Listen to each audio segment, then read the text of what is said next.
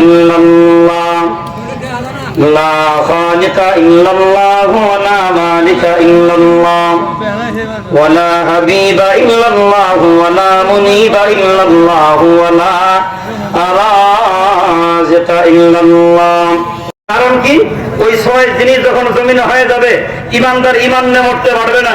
ওই ছয় জিনিস যখন জমিনে তোমরা দেখবা শুরু হয়ে গেছে, ওই টাইমের ভিতরে দেখবা বাবা ছেলের ভিতরে কোনো সম্পর্ক থাকবে না, ইজ্জতের কোনো নিরাপত্তা থাকবে না, রক্তের কোনো মূল্য থাকবে না। এজন্য দোয়া করলে দোয়াও কবুল হবে না। এজন্য কাকরালে মাঠে দোয়া কিন্তু কম হয় না। বাংলাতে উর্দুতে কবুল ফরমা কবুল ফরমা, স্বাধীনতার পর থেকে ফরমাইতেই আছি, মাগার দোয়া কবুল কথা কয় না, কথা কয় না। চরমনের মাঠে বছরে 2 বার করে দোয়া ইচ্ছা মতো দোয়া হইতেছে, মাগার দোয়া কবুল হয় না। কেন হয় না? দলিল আজকে নিয়ে যাবেন। দোয়া কবুল হচ্ছে না কেন? রাসূলুল্লাহ সাল্লাল্লাহু আলাইহি সাল্লাম হাদিসের ভিতরে বলেন, 6 জিনিস দেখার আগে উম্মত তুমি মৃত্যুর তৈরি গ্রহণ করো। কারণ ওই 6টা জিনিস যখন জমিনে আসবে, দোয়া করলে দোয়া কবুল হবে না। আল্লাহ নবী বলেন, ক্বালান নবী সাল্লাল্লাহু আলাইহি ওয়াসাল্লাম বাদিরু বিল আ'মালি সিত্তা। আল্লাহ নবী বলেন, উম্মত মৃত্যুর জন্য তৈরি নাও 6 জিনিস জমিনে প্রতিষ্ঠিত হওয়ার আগে। জমিনের ভিতরে 6টা জিনিস আলামত প্রকাশ পাওয়ার আগে বাদিরু, তুমি তৈরি গ্রহণ করো, মৃত্যুর জন্য তৈরি গ্রহণ করো। আল্লাহ নবী বলেন, 1 নাম্বার, উম্মত শোনো, 6 জিনিসের কয় নাম্বার? কথা কয় না? 1 নাম্বার, ইমরাতাস সুফাহা।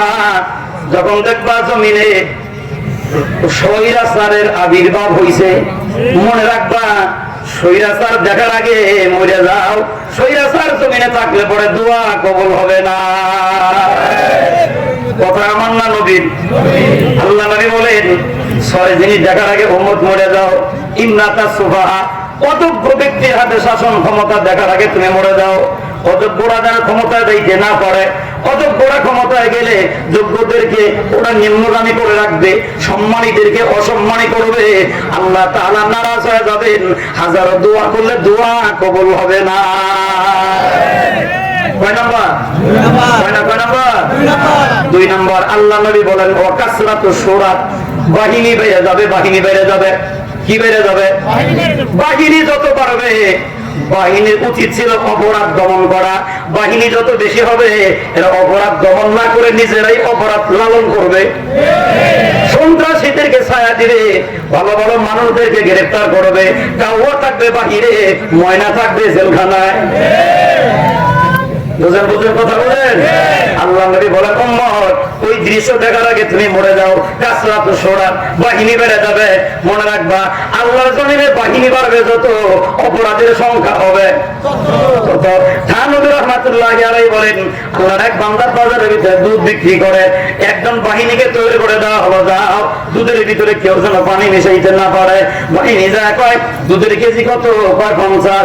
আমারে 10 টাকা দাও। বেটা 10 টাকা দেওয়ার পরে আগামীকাল যখন বাজারে দুধ বেচতে আসছে, বাবা ওর তো ব্যাংকের ভিতরে বাড়ি খায়। বাহিনী এসে কয় টাকা নেবে? বাহিনীর যদি 10 টাকা লাগে, আমার তো ব্যবসায় লস, তাহলে 10 টাকার পানি দেই। কয় টাকার পানি? 10 টাকার পানি দিয়া বাজারের ভিতরে যখন দুধ বিক্রি করে, দুধ নিয়ে খাইছে রাজামশাই। খাওয়ার পরে দেখে দুধ আগের চাইতে মজা লাগে না। জিজ্ঞাসা করা, মিয়া গতকালকের দুধ আর আজকের দুধের ভিতরে পার্থক্য অনেক দেখে। গতকালকে মজা পাইলাম, আজকে তো মজা নাই। মজা নাই কেন? আর একটা বাহিনী বানাও। বুঝে না, কথা বোঝে না? উনি বলেন, কাসরাতু সুরাত, বাহিনী হবে যত, দুনিয়ায় অপরাধ হবে। কোন এক সময় বাংলাদেশে তো চৌকিদার আর পুলিশ ছিল, এত অপরাধ ছিল না। এখন বাহিনী যত হয়, অপরাধ তত বেশি হয়। তবে এই বাহিনী যারা লালন করে, এরা বেশি দিন শান্তিতে থাকতে পারে না বাবা। হাজারো ক্ষমতা পাওয়ার পরে দেখবেন শেষ বেলায় জান বাঁচানোর জন্য দাড়ি কামায়া নৌকায় যায় বইয়া থাকে। রে বাবা দরবেশ, ওরা জিজ্ঞাসা করছে দাড়ি কামাইলেন কেন? দাড়ি রাখা সুন্নাত, জান বাঁচা।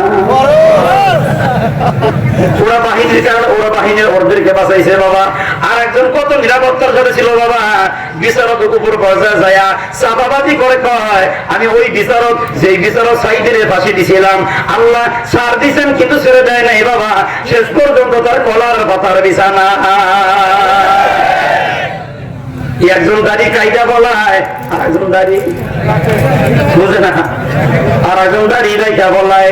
এজন্য নবী বলেন উম্মত সময় আসবে এমন কাসরাতুস সুরা, বাহিনী বেড়ে যাবে, বাহিনী বাড়বে যত জমিনে অপরাধ সংঘটিত হবে তত।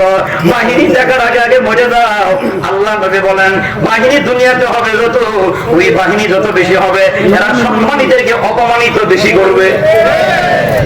ওই যে বলছিলাম বাবা দুধের ভিতরে পানি দেয়, বাসাকার 2 নম্বর বাহিনী পাঠাও, বাহিনী যায় দুধের কেজি কত, 50, দুধের মধ্যে পানি দেয়, ওস্তাদ পানি দিব না কর্মটা কি, 10 টাকা বাহিনী নেয়।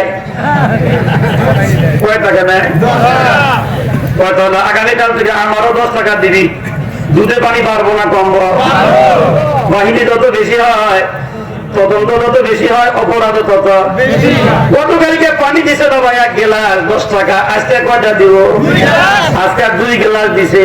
বাহিনী যত বাড়ে অপরাধ তত বাড়ে। আর রাজার কপালে 2 নম্বর দুধ কপালে জোটে।